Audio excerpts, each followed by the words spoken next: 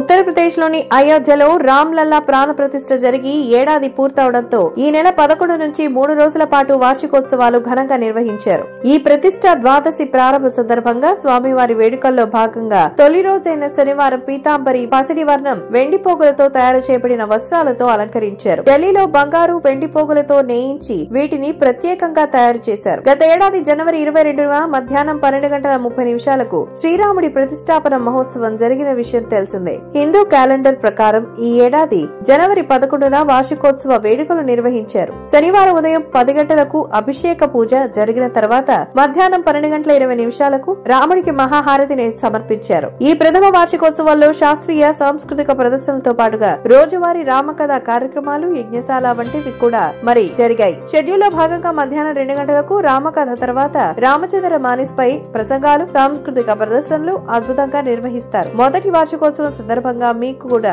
అయోధ్య రాముడిని స్మరించండి. రామ్లల్లా అనుగ్రహానికి పాత్రలు కాండి.